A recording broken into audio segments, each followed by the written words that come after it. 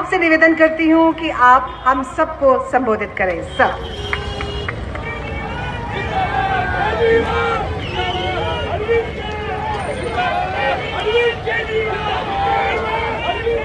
आज यहाँ पे आए हुए सभी भाइयों, बहनों, माताओं, बुजुर्गों, बच्चों, आप सब लोगों को मेरा नमस्कार, सबको प्रणाम, सबको आदाब, अस्सलाम वालेकुम।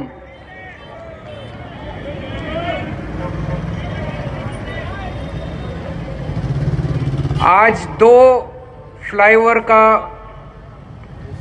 काम शुरू होने जा रहा है। सबसे पहले आपसे जानना चाहता हूं कि फ्लाईओवर चाहिए? खुश हो?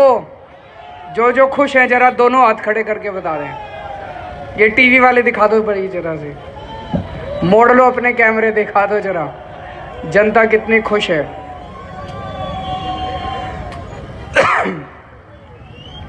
दोस्तों,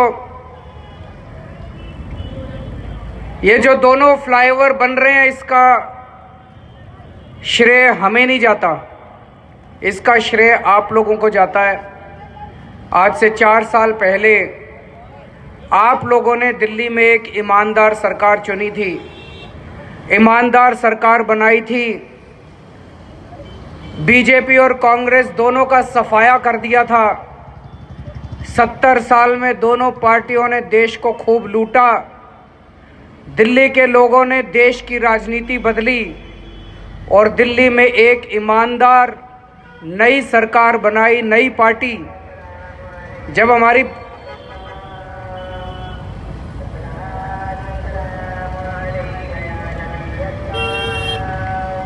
चालू रखें, जब हमारी पार्टी बनी थी, सब लोग कहा करते थे कि भाई इनका कुछ नहीं होगा, नई नई पार्टी है, जमानत जब्त होएगी इनकी। लेकिन दिल्ली के लोगों ने सबको गलत साबित कर दिया और ना केवल सरकार बनाई, 70 में से 67 सीट देके सरकार बनाई थी। 70 में से जब से सरकार बनी है, आपकी सरकार रात दिन 24 घंटे आप लोगों के लिए काम कर रही है। 4 साल में आपकी सरकार ने आपका सर नीचा नहीं होने दिया। मोदी जी ने पूरी कोशिश करी, इनको काम ना करने दो, सीबीआई की रेड करा दो, गिरफ्तार कर लो, सारी फाइलें रोक लो। पूरी कोशिश करी मोदी सरकार ने आपकी सरकार को रोकने की, पूरी कोशिश करी मोदी सरकार ने आपकी सरकार को झुकाने की। हमने सारे जुल्म सहे मोदी सरकार के, आपका सर नीचा नहीं होने दिया हम लोगों ने। आज ये इतने तिरंगे जो दिखाई दे रहे हैं, ये जो 2 फ्लाईओवर का उद्घाटन हो रहा है, ये असली राष्ट्र निर्माण है दोस्तों। राष्ट्र निर्माण ये नहीं है हिंदुओं को मुसलमानों से लड़ा दो, रफेल में पैसे खा लो, नोटबंदी कर दो, जीएसटी कर दो, दुकानें सीलिंग कर दो, जनता के मन में जहर घोल दो। ये राष्ट्र निर्माण नहीं है। 4 साल में दिल्ली में आप लोगों की सरकार ने जो काम करके दिखाया, दिल्ली के सरकारी स्कूलों का काया पलट कर दिया, किया कि नहीं किया? हाथ खड़े करके बताओ जरा से। दिल्ली के अंदर बिजली सस्ती करी कि नहीं करी? दिल्ली के अंदर घर घर के अंदर पानी पहुंचा रहे हैं हम लोग। घर घर के अंदर 400 कॉलोनियों के अंदर पिछले 4 साल के अंदर पाइपलाइन बिछा के पानी पहुंचाया है। घर घर के अंदर पानी पहुंचाया है। हमारे से पहले 15 साल शीला दीक्षित जी की सरकार थी, 15 साल में 100 कॉलोनियों में भी पानी नहीं पहुंचाया होगा। हमने 4 साल के अंदर 400 कॉलोनियों के अंदर पानी पहुंचाया है दोस्तों।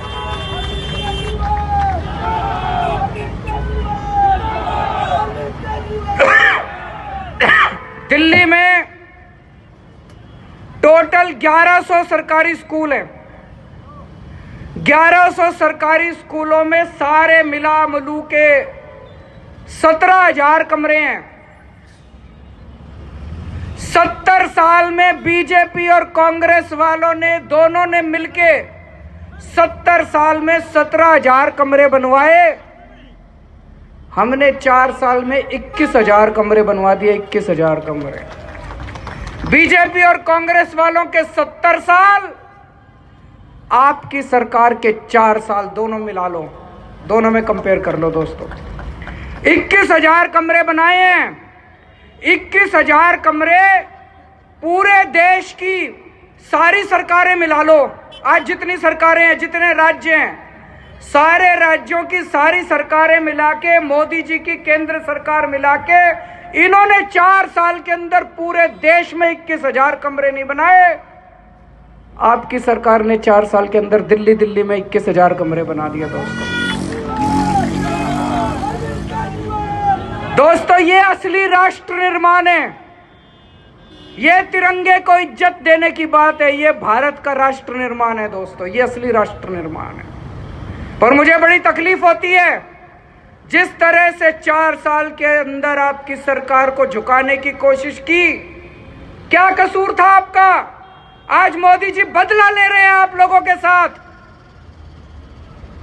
हम लोग दिल्ली में सीसीटीवी कैमरा लगाने चाहते हैं। क्यों लगाना चाहते हैं? मेरे पास कई महिलाएं आती हैं, कहती है जी हमारी सुरक्षा खतरे में है, रोज हमारे साथ गलत काम होते हैं, हमारे साथ छेड़खानी होती है, दिल्ली के अंदर बलात्कार बढ़ते जा रहे हैं। हम चाहते हैं, दिल्ली की औरतें चाहती है, महिलाएं चाहती हैं, लड़कियां चाहती हैं कि जगह जगह सीसीटीवी कैमरे लगाए जाएं।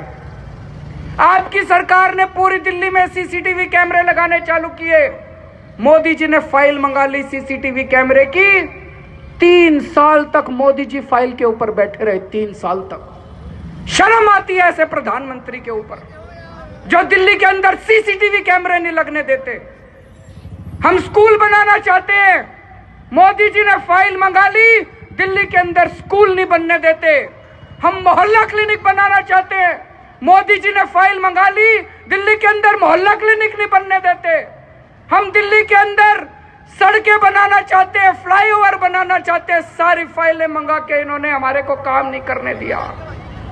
हार के मैं, ये सतिंदर जैन, मनीष सिसोदिया जी, गोपाल राय, एलजी साहब के अंदर, घर के अंदर घुस गए। उसके ड्राइंग रूम के अंदर बैठ के हमने अनशन शुरू कर दिया दोस्तों।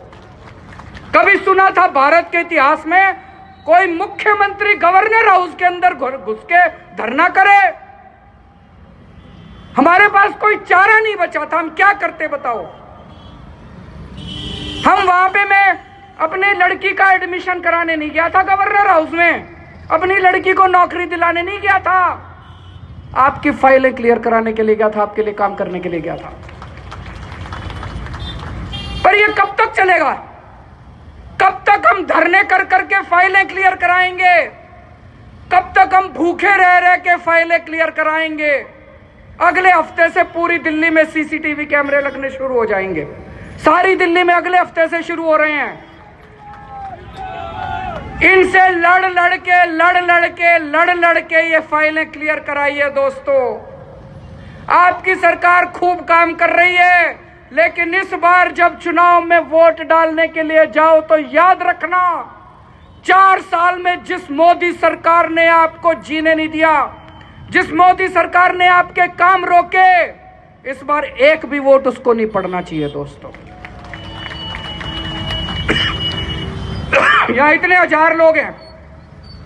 आपसे पूछना चाहता हूं, मनोज तिवारी आपका सांसद है, एक काम बता दो मनोज तिवारी ने जो एक काम कराओ। मैं चैलेंज करता हूं, आज यहां इतने सारे लोग हैं। महेश गिरी आपका सांसद है, एक काम बता दो, महेश गिरी ने एक काम कराओ आपका। किसी की पेंशन लगवाई, किसी की गली बनवाई, किसी के बच्चे का एडमिशन कराया, किसी का अस्पताल में इलाज कराया, कुछ करा? फिर भी कुछ लोग मोदी मोदी मोदी हो रहे हैं, पता नहीं पिछले जन्मों का क्या। अरे कुछ करा हो तो मैं भी जाके मोदी को वोट दे आऊंगा। उसका तो, मोदी जी का तो एक वो है, ना काम करूंगा ना काम करने दूंगा। खुद कुछ काम नहीं करा 5 साल, और अब दिल्ली की सरकार को, आपकी सरकार को भी काम नहीं करने दिया। दोस्तों, दिल्ली तो छोड़ा, इन्होंने मोदी और अमित शाह ने मिलकर पूरे देश का बेड़ा गर्क कर दिया। नोटबंदी करी, जीएसटी करी, इन्होंने सीलिंग करी। दिल्ली के अंदर कितने लोग बेरोजगार हो गए, होए कि नहीं होए? धंधे बंद हो गए लोगों के, फैक्ट्रियां बंद हो गई, दुकानें बंद हो गई लोगों की। कितने हजारों लाखों करोड़ों लोग बेरोजगार हो गए।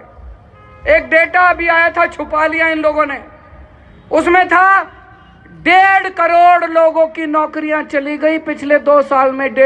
नई नौकरियां पैदा करना तो दूर की बात है, 1.5 करोड़ लोगों की नौकरियां चली गई पिछले 2 साल के अंदर, जब से नोटबंदी हुई है।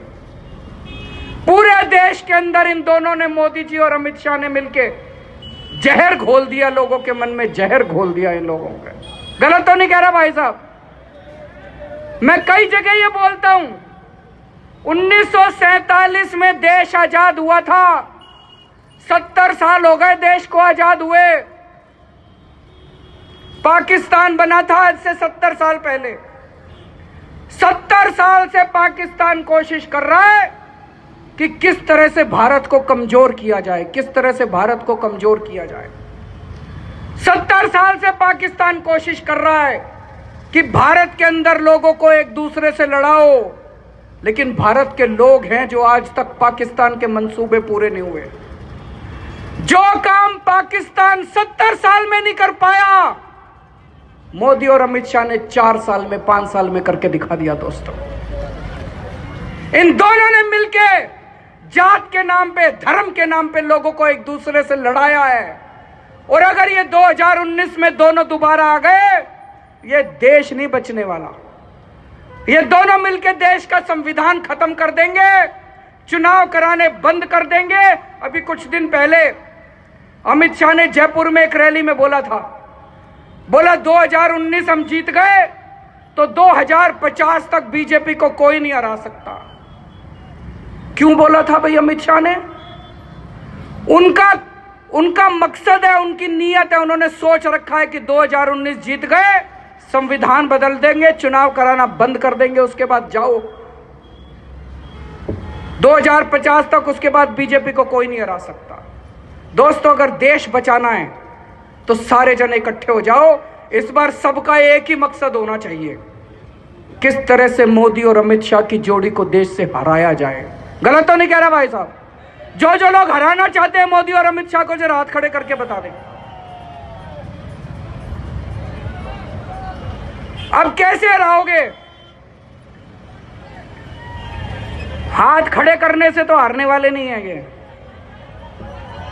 वोट से हराना पड़ेगा। वोट से, वोट बटने मत देना। कई लोगों के दिमाग में कंफ्यूजन है। ये कई लोग आजकल टीवी देखते रहते हैं, ये टीवी वाले आजकल दिखाएंगे कौन मरेगा प्रधानमंत्री, एक राहुल गांधी और एक मोदी दिखाएंगे, है ना? कंफ्यूजन हो रहा है कई लोगों के दिमाग में। उनसे बात करो भाई, किसको जी, ये तो प्रधानमंत्री का चुनाव है, राहुल गांधी बनेगा, मोदी बनेगा। ये प्रधानमंत्री बनाने का चुनाव नहीं है, ये मोदी और अमित शाह को हराने का चुनाव है। दोस्तों, ये प्रधानमंत्री बनाने के चक्कर में मत पड़ जाना, मोदी फिर आ जाएगा। ये अच्छी तरह आज समझ के जाना। दोस्तों, पूरे देश में जहां जो पार्टी बीजेपी को हरा सकती है उसको वोट दो। जो पार्टी बीजेपी को हरा सकती है उसको वोट दो, प्रधानमंत्री बनाने के चक्कर में मत पड़ो। वेस्ट बंगाल में कौन सी पार्टी हरा सकती है बीजेपी को? जोर से बताओ। ममता बनर्जी। उत्तर प्रदेश में कौन सी पार्टी हरा सकती है बीजेपी को? सपा बसपा हरा सकती है, कांग्रेस नहीं हरा सकती। तमिलनाडु में कौन सी पार्टी हरा सकती है? डीएमके हरा सकती है, कांग्रेस नहीं हरा सकती। दिल्ली के अंदर कौन सी पार्टी हरा सकती है? आम आदमी पार्टी हरा सकती है, कांग्रेस नहीं हरा सकती।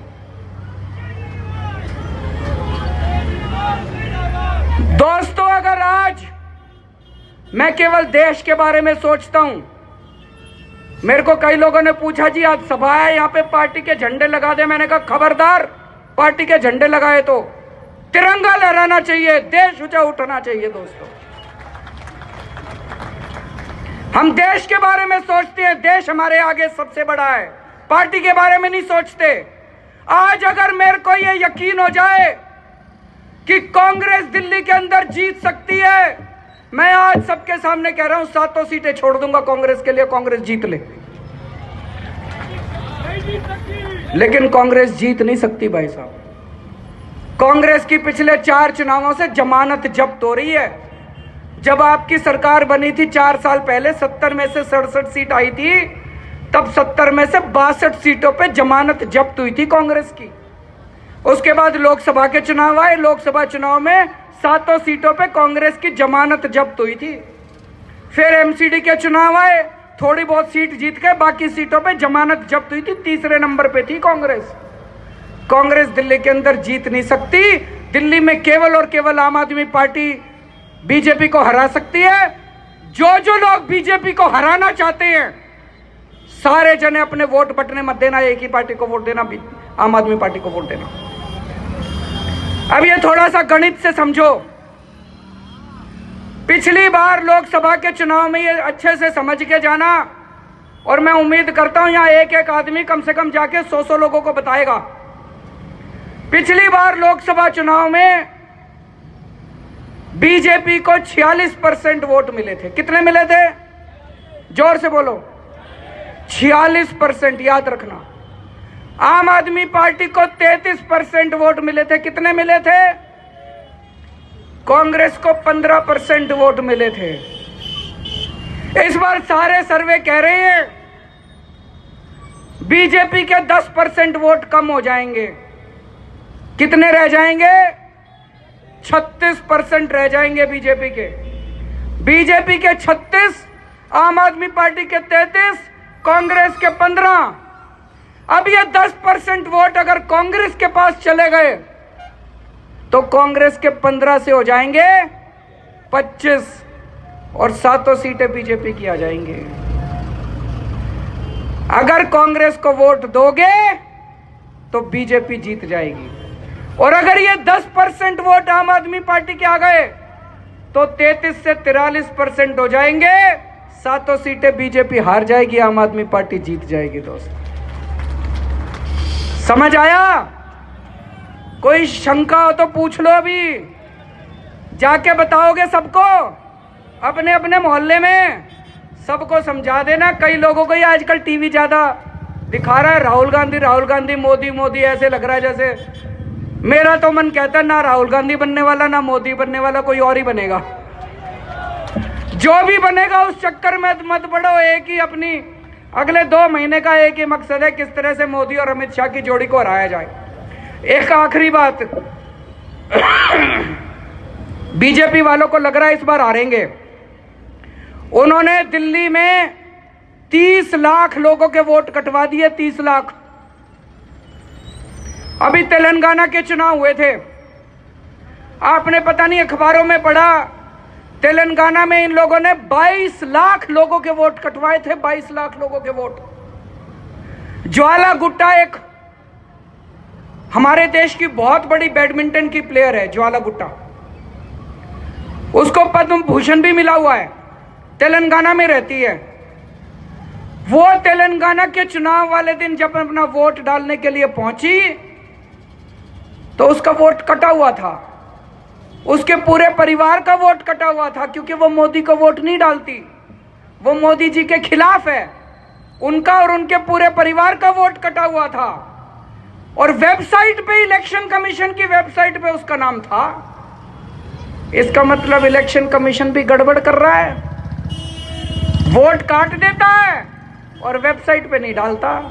ज्वाला गुट्टा ने उस दिन स्टेटमेंट दिया कि ये कैसे हो सकता है कि चुनाव आयोग की वेबसाइट के ऊपर मेरा नाम है, लेकिन वहां पे मेरा नाम कटा हुआ है जब मैं वोट डालने के लिए गई। दोस्तों, मेरे को अभी थोड़े दिन पहले, 3 महीने पहले, हमारी पार्टी के राघव चड्ढा हैं, वो आए और उन्होंने बोले जी पूरी दिल्ली में बीजेपी वाले वोट कटवा रहे हैं। मैंने कहा ऐसे कैसे हो सकता है। मैंने जांच कराई, पता चला लाखों की संख्या में बीजेपी वाले वोट कटवा रहे थे। मैं चुनाव आयोग से जाके मिला, उनसे लड़ा। मैंने कहा जी कितने वोट कटवाए आप बताओ, बताने से मना करें। फिर हम लड़ पड़े उनसे, हार के उन्होंने हमको लिस्ट दी है, पूरी लिस्ट आ गई हमारे पास। हमने कहा वेबसाइट पे डालो, वेबसाइट पे नहीं डाल रहे चुनाव आयोग वाले। हमारे पास चुनाव आयोग से लड़ लड़ के हमने पूरी लिस्ट ले ली। 30 लाख लोगों के वोट कटवाए हैं इन्होंने, 15 लाख पूर्वांचलियों के, 8 लाख मुसलमानों के और 4 लाख बनियों के कटवाए हैं। इनको, ये मुसलमानों से तो नफरत करते हैं बीजेपी वाले, बनियों के कटवाए हैं। इनको लग रहा है कि जीएसटी नोटबंदी की वजह से सारे दुकानदार भी इनसे नाराज हैं। लेकिन मैं इनसे लड़ रहा हूं, पूरी कोशिश कर रहा हूं। मेरे को उम्मीद है, कई लोगों के वोट बनवा दिए, बनवा रहे हैं, हम कोशिश कर रहे हैं। मेरे को उम्मीद है चुनाव के पहले पहले आपके सबके वोट बनवा दूंगा। जितने लोगों के इन्होंने वोट कटवाए हैं, जितने जिनोइन लोग हैं, सब लोगों के मैं वोट बनवा दूंगा। लेकिन यूं ना कर देना कि वोट बनवाए केजरीवाल और डाला हो मोदी को या राहुल गांधी को। धोखा मत कर देना। दोस्तों, आज सारी दिल्ली के लोग मान रहे हैं कि दिल्ली में अगली सरकार भी आम आदमी पार्टी की बनने जा रही है। दिल्ली में बनेगी कि नहीं बनेगी अगली बार? तो भाई साहब, दिल्ली में अगर आम आदमी पार्टी की सरकार बन रही है तो 7 एमपी आम आदमी पार्टी के बना दो, मिलके काम करेंगे, एक ही पार्टी के होंगे तो। नहीं तो जिस तरह से पिछले 5 साल से दिल्ली में लड़ाई झगड़ा चल रहा है, उसके बावजूद भी बहुत काम करा, इतनी लड़ाई झगड़े के बावजूद भी। लेकिन ये लड़ाई झगड़ा बंद हो जाना चाहिए। दिल्ली का विकास 100 गुना स्पीड से होना चाहिए जितनी स्पीड से आज हो रहा है। आप सब लोग आज इतनी भारी संख्या में आए, जितनी बातें मैंने बताई हैं सारी याद करके जाना और सब लोगों को अच्छे से बता देना। भारत माता की